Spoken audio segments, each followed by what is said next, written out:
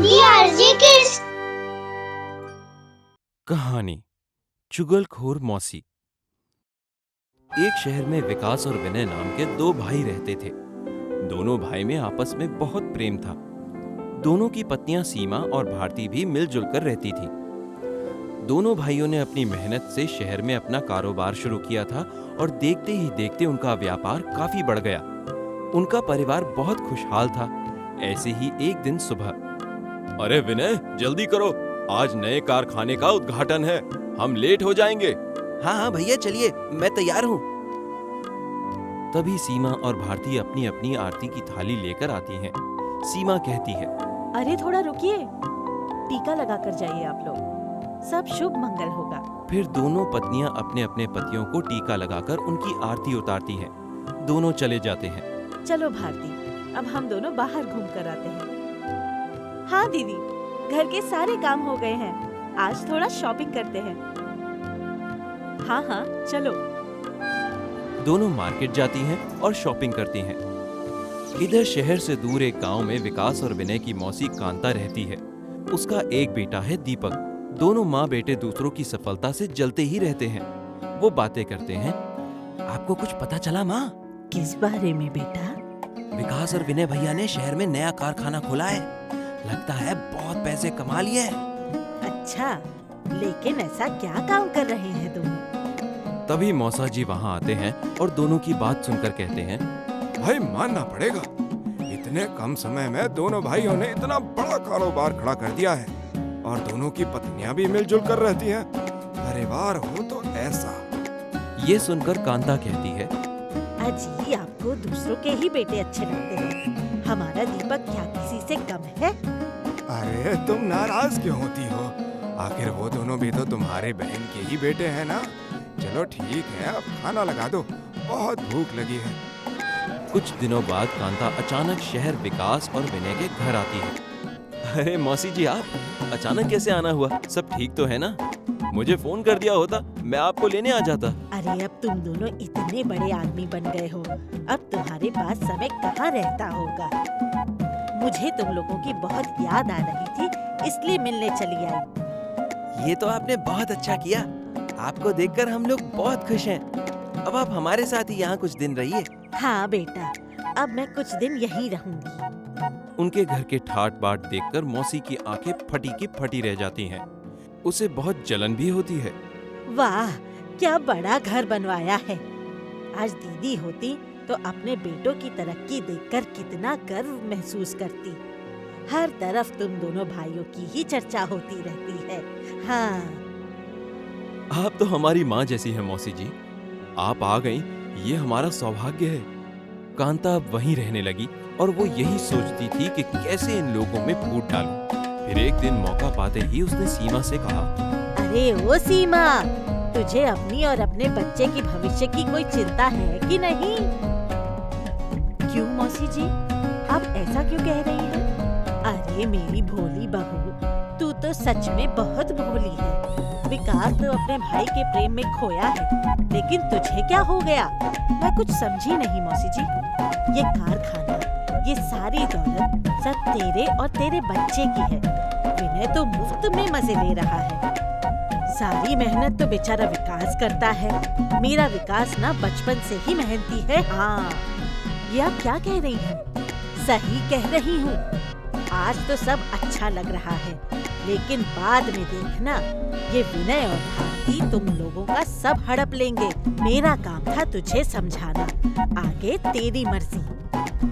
फिर मौसी भारती से भी यही बात करती हैं। मौसी की बातों से सीमा और भारती पर इतना असर होता है कि दोनों को रात भर नींद नहीं आती है। कहीं मौसी की बात सच हुई तो मुझे कुछ करना होगा। इधर भारती भी यही सोच रही है। क्या ऐसा हो सकता है?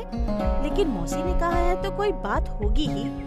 अगले दिन दोनों एक दूसरे से कटी कटी रहती हैं। कुछ दिनों के बाद दोनों के बीच में छोटी छोटी बातों को लेकर कहासुनी शुरू हो जाती है।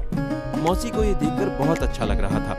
कुछ दिनों बाद सीमा विकास से कहती है, सुनिए जी, मुझे लगता है कि अब हमें और विनय भैया को बंटवारा कर लेना चाहिए। अब उन्हें भी अपने दम पर कुछ करना चाहिए।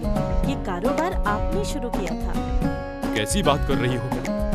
विनय मेरा छोटा भाई है, उसे संभालना मेरी जिम्मेदारी है, और तुम कहती हो कि मुझसे अलग हो जाऊं? हाँ, वैसे भी कभी न कभी तो ये होना ही है, तो आज क्यों नहीं?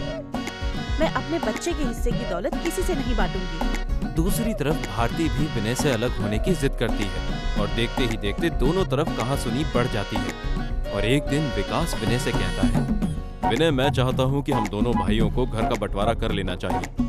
जो भी संपत्ति है हम आपस में बांट लेते हैं। विनय भी यही चाहता था।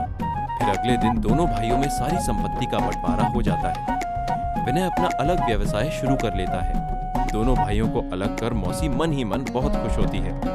इसी तरह कुछ दिन बीत जाते हैं। एक दिन, क्या हुआ जी? कुछ दिनों से देख रही हूँ आप कुछ परेशान हैं। क्या बात है? क्या बताऊं सीमा, सारा व्यापार खत्म होता जा रहा है। अब पहले जैसी आमदनी नहीं रही। कर्जदार रोज आकर तकाजा करते हैं। मुझे तो सिर्फ अच्छा माल तैयार करना आता है। विनय की तरह माल बेचने की कला मुझ में नहीं है। इतना कहकर विकास अपने कमरे में चला जाता है। दूसरी तरफ भारती भी विनय से यही सवाल पूछती है। क्या बात है? इतने परेशान क्यों लग रहे हो? कुछ मत पूछो भारती, ये नया व्यापार मेरे बस की नहीं है।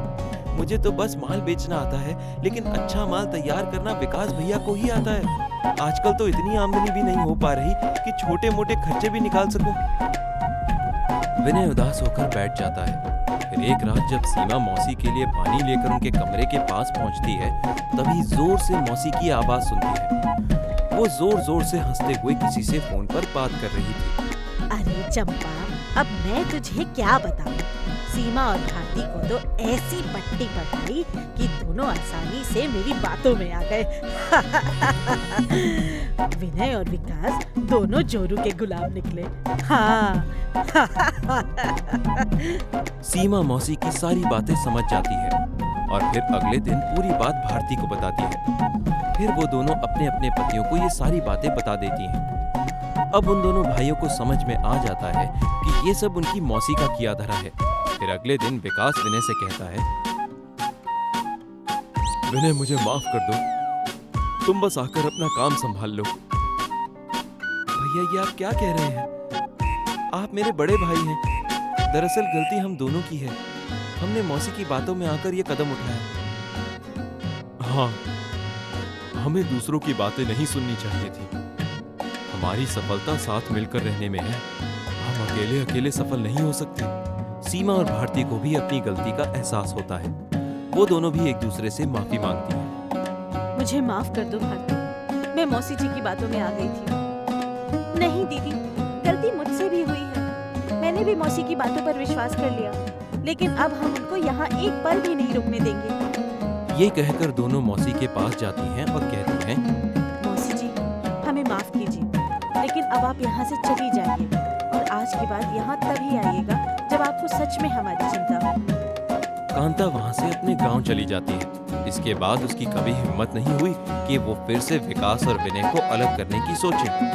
विकास और विनय अब फिर से पहले की तरह मिलजुल कर रहने लगे। हमें हमेशा मिलजुल कर रहना चाहिए और बाहर वालों के बहकावे में कभी नहीं आना चाहिए।